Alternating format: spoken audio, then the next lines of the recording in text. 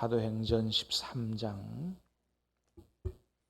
13절부터 31절까지입니다. 사도행전 13장 13절부터 31절까지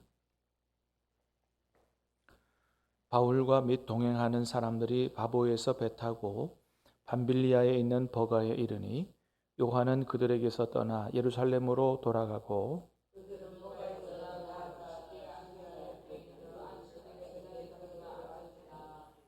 율법과 선지자의 글을 읽은 후에 회당장들이 사람을 보내어 물어 이르되 형제들아 만일 백성을 권할 말이 있거든 말하라 하니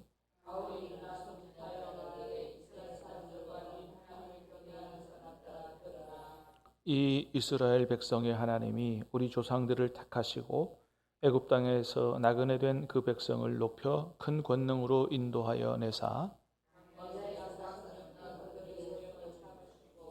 가나안 땅 7족속을 멸하사 그 땅을 기업으로 주시기까지 약 450년간이라. 그 후에 그들이 왕을 구하거늘 하나님이 베냐민 지파 사람 기스의 아들 사울을 40년간 주셨다가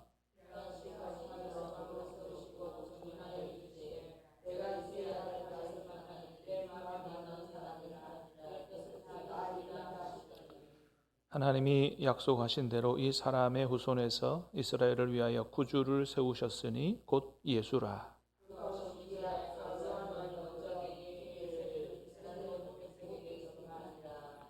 요한이 그 달려갈 길을 마칠 때에 말하되 너희가 나를 누구로 생각하느냐?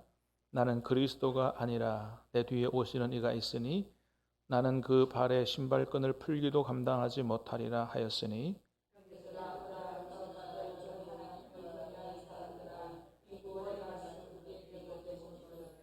예루살렘에 사는 자들과 그들 관리들이 예수와 및 안식일마다 외우는 바 선지자들의 말을 알지 못하므로 예수를 정죄하여 선지자들의 말을 응하게 하였도다.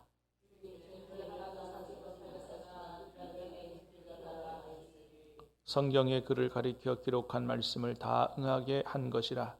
후에 나무에서 내려다가 무덤에 두었으나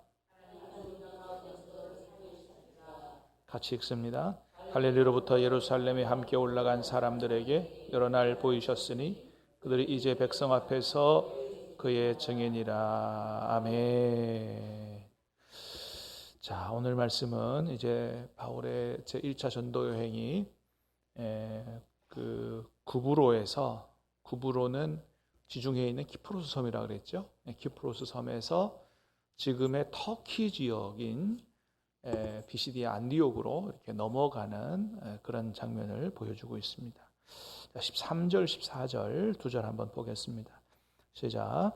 바울과 및 동행하는 사람들이 바보에서 배 타고 밤빌리아에 있는 버가에 이르니 요한은 그들에게서 떠나 예루살렘으로 돌아가고 더 나아가 비시디아 안디옥에 이르러 안식일의 회당에 들어가 앉으니라. 아멘. 바울과 및 동행하는 사람들이 바보에서 배 타고 밤빌리아에 있는 버가에 이르렀다. 바보, 우리나라 말로 음력을 한 거죠. 외국어를 이렇게 소리 나는 대로 이게 번역을 한 겁니다. 그래서 원래는 파포스죠. 파포스. 키프로스 지역에 있는 파포스 항구입니다. 항구. 그래서 배를 타고 거기서 배를 타고 지중해에 있는 섬이니까 이제 터키 지역으로 배를 타고 이동했다는 거죠. 파포스 항구에서 배 타고 밤빌리아에 있는 밤빌리아가 이제 지금 터키 있는 지역입니다. 있는 버가라는 도시에 이르렀다. 자, 그런데 이제 본격적으로 그 옛날로 말하면 소아시아, 지금 터키 지역에 본격적으로 이제 전도 활동을 펼치려고 하는데 요한은 그들에게서 떠났다. 예루살렘으로 돌아갔다 그랬어요. 이 요한은 바로 그 바나바의 조카, 어떤 번역에는 사촌이라고도 합니다만은 바나바의 조카 마가 요한을 얘기하는 겁니다. 자, 그 사람은 정확히 기록에는 키프로스 섬에서 동행을 했는지 안디옥에서부터 동행을 했는지는 기록에 나와 있지 않습니다만은 어쨌든 이 전도 여행에 동행을 하다가 중간에 비시디아 안디옥에 이르러서 집으로 돌아갔다는 거예요. 중도 하차했다라고 하는 거죠. 왜 그랬을까? 성경에는 왜 그랬는지 정확히 기록을 하고 있지 않습니다.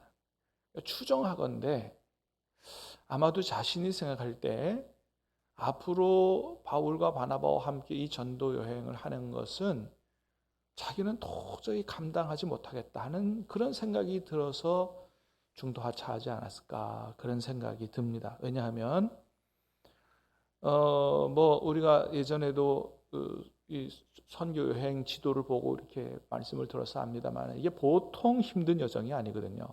예. 여러분 우리가 여행을 가도 해외 여행을 가도 이렇게 몇 박 며칠 하고 돌아와도 이게 굉장히 피곤하고 힘든 일정인데 이건 몇 년 동안 해야 되는 것이니까. 그리고 특별히 지금 그 바보 항구에서 밤빌리아에 있는 버가에 이르렀다. 예. 자, 버가에 이르렀는데 거기서 앞으로 14절을 보니까 뭐라 그랬냐면 자, 14절 봅니다. 시작. 그들은 버가에서 더 나아가 비시디아 안디옥에 이르러 안식일의 회당에 들어가 앉으니라. 자, 버가에서 마가 요한은 돌아갔어요. 그 다음에 어디로 갔다고요? 비시디아 안디옥에 들어갔다. 요 거리가 만만치가 않습니다. 거리만 160km예요.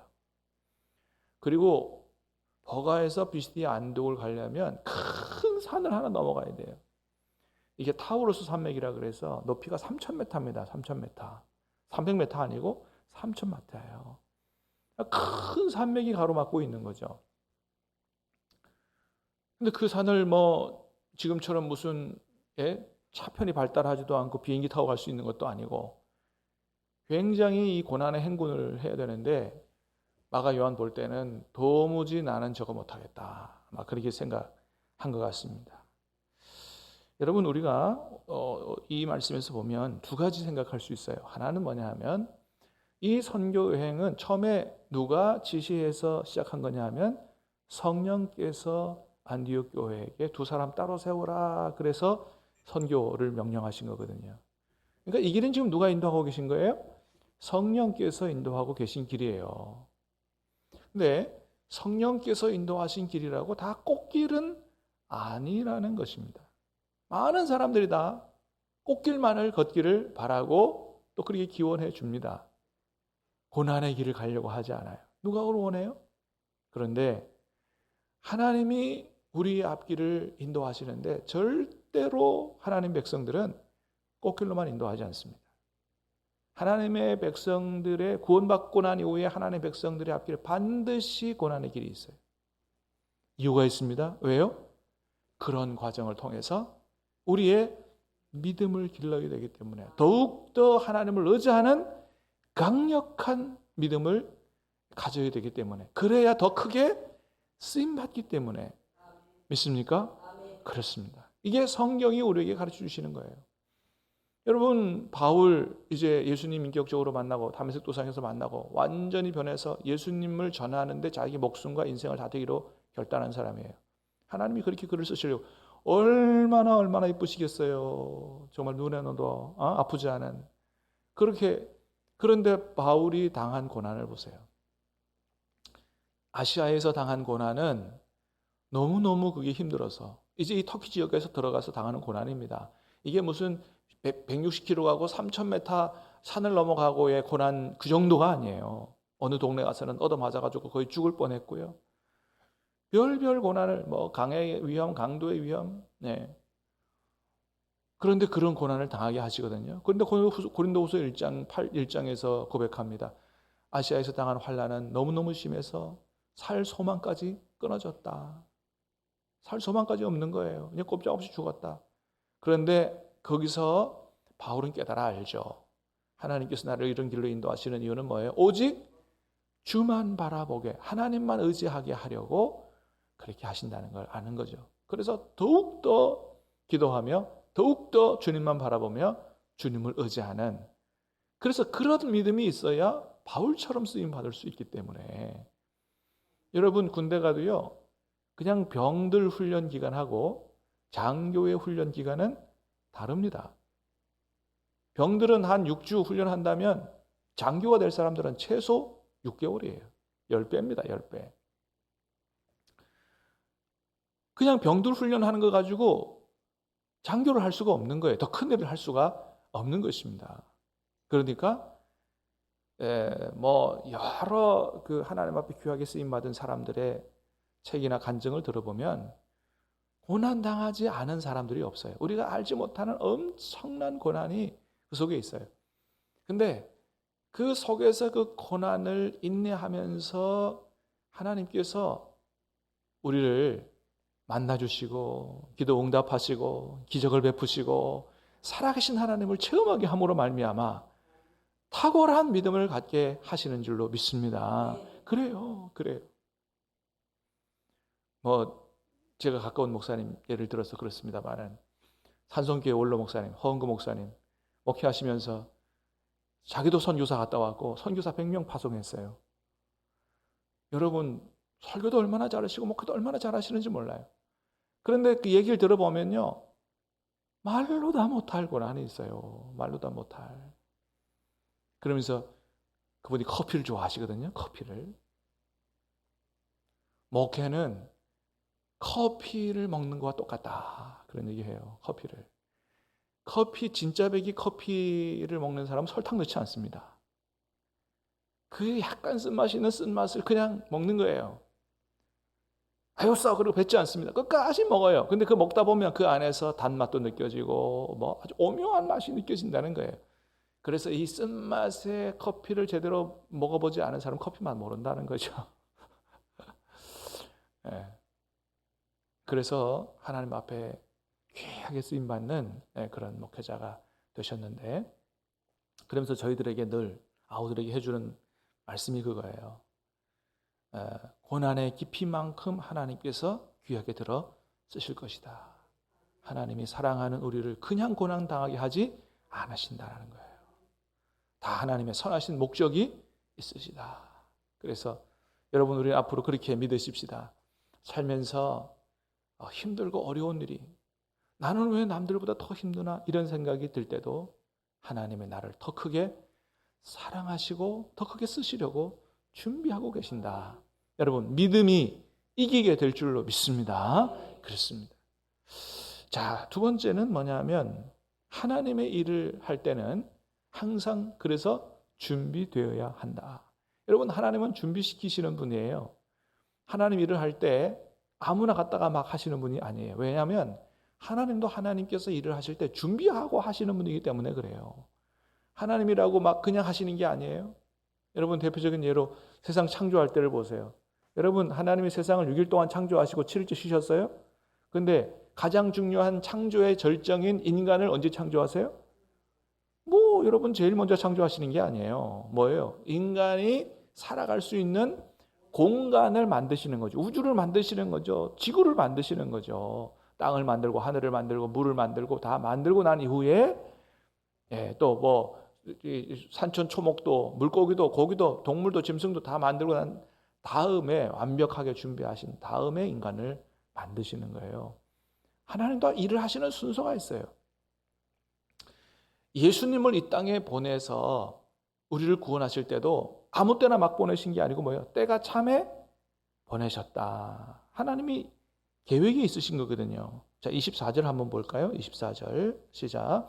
그가 오시기에 앞서 요한이 먼저 회개의 세례를 이스라엘 모든 백성에게 전파하니라. 아멘. 예수님 보내시기 전에 누구 먼저 보내셨다고요? 세례 요한을 먼저 보내셔서 회개의 세례를 전파하고 백성들로 하여금 예수님 맞을 준비를 할 수 있도록. 그래서 하나님께서 세례 요한을 예수님 앞에 먼저 보내신 이유가 있어요. 준비하라 이거예요. 그래서 하나님은 항상 준비하고 계시는, 준비시켜 주시는 분임을 알 수 있어요. 사랑하는 여러분, 지금은 우리가 어려워도 앞날에 하나님이, 우리를 사랑하시는 하나님이 좋은 날을, 지금과 비교할 수 없는 좋은 날을 준비하고 계시는 줄로 믿습니다. 하나님 여호와 이레 하나님이에요. 준비하시는 하나님이요, 준비시키시는 하나님이시다. 그렇습니다. 여러분, 세상 일도 준비하지 않고 할 수 있는 게 없습니다. 우리 아이들, 우리도 마찬가지입니다. 여러분, 세상에 나가서 일을 하기 위해서 얼마나 많은 준비를 해요. 초등학교 6년, 중학교 3년, 고등학교 3년, 또 대학 가면 또 4년, 6년, 12년, 4년, 18년 준비합니다. 세상에 나가서 일을 하기 위해서 18년 준비해요.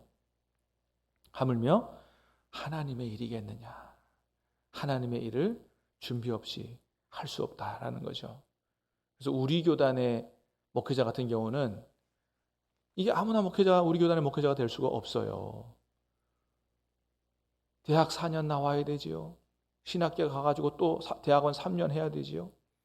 그 다음에 또 그 목사 안수 목사고시 시험 치기 위해서 2년 수련을 또 해. 이게 최소입니다. 최소. 그분 4년, 3년, 2년, 9년. 최소 9년이 지나야 제일 빨리 목회자가 되는 거예요. 또 더 늦으면 10년도 되고요. 네. 하나님이 공부를 더 시킬 사람은 또 감동 주셔서 또 석사, 박사 또 하게 하고요. 네. 그렇습니다. 준비시키시는 하나님이시다. 여러분, 하나님께서 여러 가지 과정을 통해서 또 고난을 통해서 하나님이 우리를 잘 준비하고 계신다는 사실을 기억하시기를 주님의 이름으로 축복합니다. 이겨낼 힘을 주실 것입니다. 하나님이 우리 앞길을 선한 길로 인도하실 거예요. 자, 26절, 27절 두 절 말씀 보겠습니다. 26, 27 시작. 형제들아, 아브라함의 후손과 너희 중 하나님을 경외하는 사람들아, 이 구원의 하나 우리에게 보내셨거늘 예루살렘에 사는 자들과 그들 관리들이 예수와 및 안식일마다 외우는 바 선지자들의 말을 알지 못함으로 예수를 정죄하여 선지자들의 말을 아멘. 자, 27절에 보니 그랬어요. 예루살렘에 사는 자들과 그들 관리들이 예수와 및 안식일마다 외우는 바 선지자들의 말을 알지 못함으로 예수를 정죄하여 선지자들의 말을 응하게 하였도다. 죽였다는 거죠. 예수님을 죽인 사람들이 하나님을 전혀 모르는 사람들이 아니었다는 거죠. 그들은 어떤 사람이었냐 하면 안식일마다 구약의 말씀을 외우는 사람들이었다. 그러니까 하나님 말씀을 그렇게 줄줄줄 외우는 사람들이 예수님, 이 선지자들의 말을 깨닫지 못해서 예수님을 정죄해서 십자가에 달아 죽였다는 것입니다. 여러분, 이럴 수도 있다는 사실을 말씀을 통해서 봐요. 성경을 암송하는 것은 여러분, 우리가 하나님을 제대로 섬기기 위한 경건훈련 중에서 굉장히 중요한 경건훈련입니다. 왜냐하면 성경 암송이 하나님 말씀을 우리 가슴에 새기는 방법이기 때문에 그래요. 우리 마음에 말씀이 많이 새겨져 있어야 성령께서 그것을 깨닫게 하시고 생각나게 하셔서 성령이 거민 무기로 사용하고 마귀와의 전쟁에서 승리할 수 있거든요.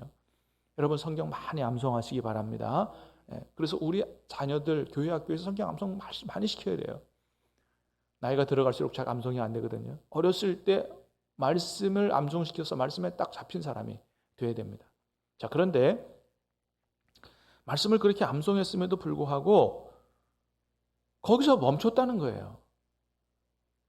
그 말씀이 무슨 말씀인지 깨닫지 못했다는 겁니다. 여러분, 암송하는 것에 머물지 말고 그 말씀이 어떤 말씀인지 하나님 뜻을 깨달아 아는 은혜가 있게 되기를 주님의 이름으로 축복합니다. 이게 중요한 거예요. 중요한 거는 암송 자체가 중요하지 않아요. 내가 성경을 몇 번 읽었다, 10번 읽었다, 100번 읽었다. 그것도 중요하죠. 그러나 더 중요한 건 뭐예요? 깨달아 알고 순종하는 것입니다. 우리의 말씀이 능력이 돼서 우리를 지배하고 우리의 삶을 변화시키고 하나님 뜻대로 살아갈 수 있도록 하는 게 중요하지, 단순히 말씀을 많이 지식으로 알고 있는 게 중요한 게 아니에요. 사랑하는 여러분, 우리가 말씀을 읽거나 배우거나 이 모든 것들이 다 하나님 은혜 가운데 우리의 삶으로 연결되어 줄 수 있기를 주님의 이름으로 축복합니다. 그렇습니다. 그래서 알기는 아는데 전혀 경건의 모습이 나타나지 않는, 하나님 기뻐하시는 모습이 나타나지 않는 이런 사람들을 가리켜 소위 종교인이다, 그냥 교회 다니는 사람이다, 그런 얘기하는 거죠. 하나님이 우리에게 원하시는 신앙생활은 그런 게 아니에요. 하나님을 바로 섬기는 삶이요, 하나님과 교제하고 동행하며 의지하며 삶으로 하나님을 섬기는 것이, 이게 하나님께서 우리에게 원하시는 것이거든요. 그래서 우리가 말씀을 읽고 암송하고 할 때마다 반드시 뭐 해야 돼요? 기도하고 성령을 의지하고 그렇게 말씀을 읽어야 하는 것입니다. 여러분, 말씀을 들을 때마다, 읽을 때마다, 암송할 때마다 성령께서 우리 안에 역사해 주시기를 주님의 이름으로 축복합니다. 그래서 말씀을 깨달아야 되고 그것이 우리 안에서 능력으로 역사해야 하는 것입니다. 그래서 여러분, 절대로 우리가 성경을 얼마나 암송했나, 성경을 얼마나 많이 읽었느냐, 또는 여러분 기도도 마찬가지예요. 여러분, 기도는 우리가 경건하게 살기 위해서 하는 훈련, 경건 훈련이지 기도 자체가 경건은 아니에요. 그래서 여러분, 기도를 많이 하고 그것이 어떻게 해요? 어떻게 이어져야 돼요? 경건의 능력을 가져오는, 여러분, 참된 하나님 앞에서 참된 경건은 뭐라 그랬어요? 사랑과 거룩이다 그랬어요. 왜냐하면 하나님이 사랑이 충만하신 분이요 거룩하신 분이기 때문에 그분을 닮아가는 이것이 진짜 경건이지, 경건의 능력이 있는 거지, 경건의 모양만 가지고 있으면 안 된다. 바울은 얘기하잖아요. 디모데야, 경건의 모양만 갖고 있는 사람에게서 돌아서라. 하나님 원하시는 것이 아니다. 말씀과 기도의 이 경건 훈련이 우리를 경건한 삶으로 살아가는 사람으로 다 변화시켜 주시는 은혜가 있게 되기를 주님의 이름으로 축복합니다. 기도하겠습니다. 하나님 아버지,